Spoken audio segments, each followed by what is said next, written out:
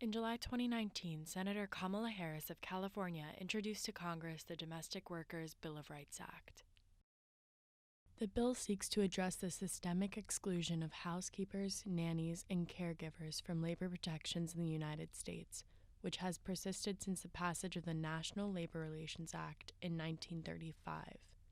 In this bill, and in many to follow, domestic workers were intentionally excluded by name as a way of limiting the rights afforded to African Americans, many of whom became domestic workers following the abolishment of slavery. Although the introduction of Senator Harris's bill is encouraging for America's domestic workers, it is unlikely to offer an immediate solution to domestic workers' lack of protections. As of today, November 14th, it has still not been referred to a committee. Last month on September 17th, though, Councilmember Brandon Todd of D.C.'s 4th Ward introduced his own domestic workers legislation called the Domestic Workers Protection Act of 2019. He and his team have been working on the bill since February, when the councilmember first became aware of the issue after meeting with members of the National Domestic Workers Alliance. So the Alliance of Domestic Workers came in to talk with my team and myself about the lack of protections for domestic workers in the District of Columbia.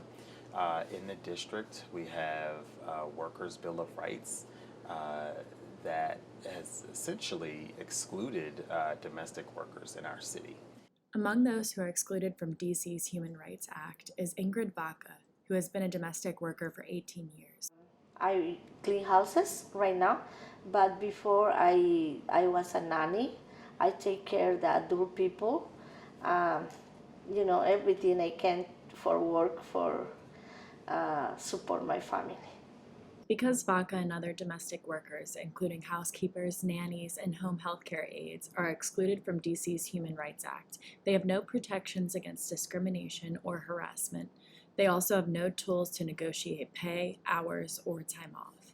We are fighting right now for something like everybody, all the people working everywhere, because we build this country too. Although a hearing for D.C.'s Domestic Workers Act has not yet been set, Councilmember Todd is confident that when the legislation appears before the full council, it will be unanimously supported.